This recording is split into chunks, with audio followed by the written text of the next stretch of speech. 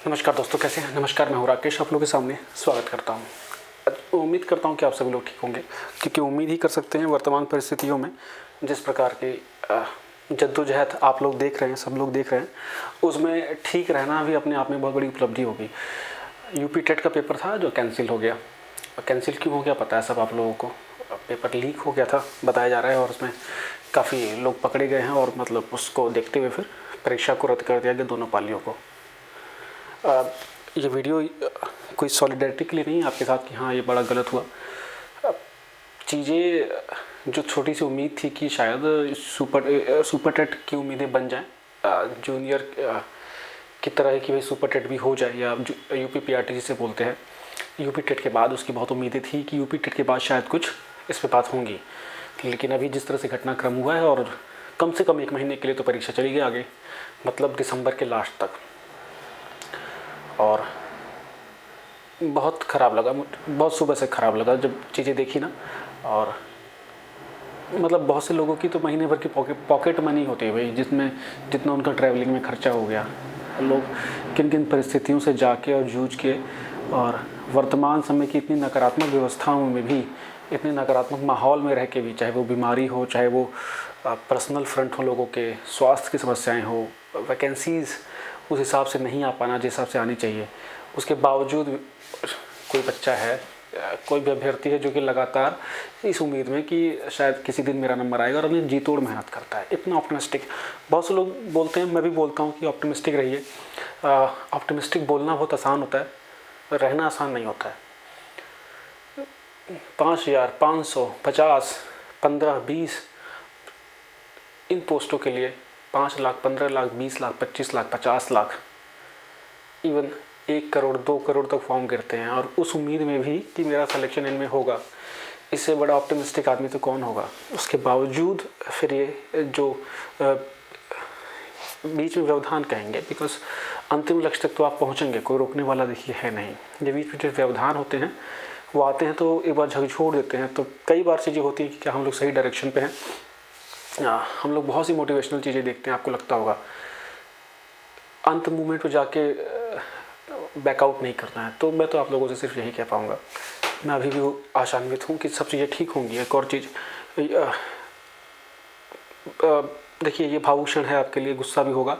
इन सब चीज़ों में अपने को मत उलझाइएगा प्लीज़। मैं ये नहीं कह रहा कि जो चीज़ें हो रही हैं उससे आप छूते रहेंगे, लेकिन इतने ताकतवर हैं कि अब आगे की ओर देखना होगा। और यूपी टेट के लिए 1 महीने का समय है, और यूपी टेट में 1 महीना लगेगा नहीं, आखिरी के 1 सप्ताह पढ़िए उसके लिए। बस ईमानदारी से बताऊँ तो आपका स्तर चाहे जो भी हो, मैं किसी एक को नहीं बोला, चाहे जो भी हो, आप सुपर टेट के लिए बस पढ़िए। यूपी टेट आपका गारंटी से हो जाएगा बच्चे। सिर्फ यूपी टेट के लिए अगर पढ़ेंगे, सी टेट के लिए पढ़ेंगे, तो बड़ी परीक्षाओं के लिए संघर्ष होगा। इस समय को यूटिलाइज़ करिए आप सुपर टेट के लिए। आज नहीं होगा, कल नहीं होगा, परसों इन लोगों को लेना तो पड़ेगा ही, है ना। जाएंगे कहाँ ये लोग। तो पेपर तो देखिए होगा।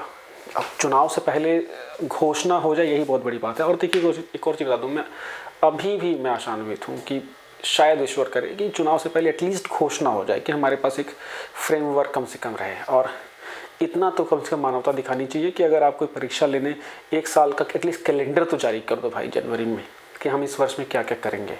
कोई गवर्नमेंट आए जाए, हमें क्या मतलब उससे, जो व्यवस्था है वो तो होना चाहिए ना। तो फिर भी उम्मीद करूँगा कि चीज़ें हों, और शायद होंगी। बस बीच में जो थोड़ा सा ठहराव आ जाता है, उसको अपने पे हावी नहीं होने देना है। बस ये देखना है कि इसमें आपका दोष नहीं था। जिस चीज़ में आपका दोष नहीं है उसको छोड़िए, आप आगे की ओर लग जाइए। आज का पेपर सरल था, सरल इसलिए लगा होगा आप लोगों को बिकॉज आप लोगों ने अच्छे से पढ़ाई की थी, कोई समस्या नहीं। अगला पेपर भी इसी प्रकार का आएगा, कुछ नहीं करना है, सिर्फ अपनी नेक्स्ट परीक्षा की तैयारी कीजिए। ये सब मन में नकारात्मक प्रभाव को छोड़ के, है ना। बहुत आसान है बोलना, आसान, और उतना ही मुश्किल है कठिन तरीके से उसको इम्प्लीमेंट कर पाना। यहाँ बैठ के बातें बड़ी बड़ी करना तो बहुत अच्छा लगता है, लेकिन जब खुद पे बीतती है तो चीज़ें समझ में आती हैं। ऐसे पीसीएस का पेपर एक बार कैंसिल हुआ था, मेरठ सेंटर पड़ा था, दूर दराज कैसे तो पहुँचे, पेपर देने गए थे, फिर कैंसिल हो गया था। आई थिंक 2015 का पेपर था वो। बहुत ख़राब लगा था, बहुत ख़राब। कई बार इस तरह की चीज़ें होती हैं कि समझ में नहीं आता है कि अब इसके बाद क्या करें। तो वही सिचुएशन है, लेकिन आगे बढ़िए। आप लोगों से ही आग्रह करूँगा, भर्तियाँ देखिए आएंगी और जाएंगी। आपका जो आपकी जो मेहनत है वो आपके साथ रहेगी। बस कोई ऐसा इस तरह की विचारधारा में मत जाइए कि 4 साल बाद 3 साल बाद जब आप अपने आप को देखें तो आप फिर इस समय के बारे में सोचें, कहें यार वहाँ मैं कर सकता था, मैं शायद कर नहीं पाया, या मैंने उस समय का लाभ नहीं उठाया। तो इस समय को निचोड़ लीजिए, पढ़िए, जम लगा के पढ़िए।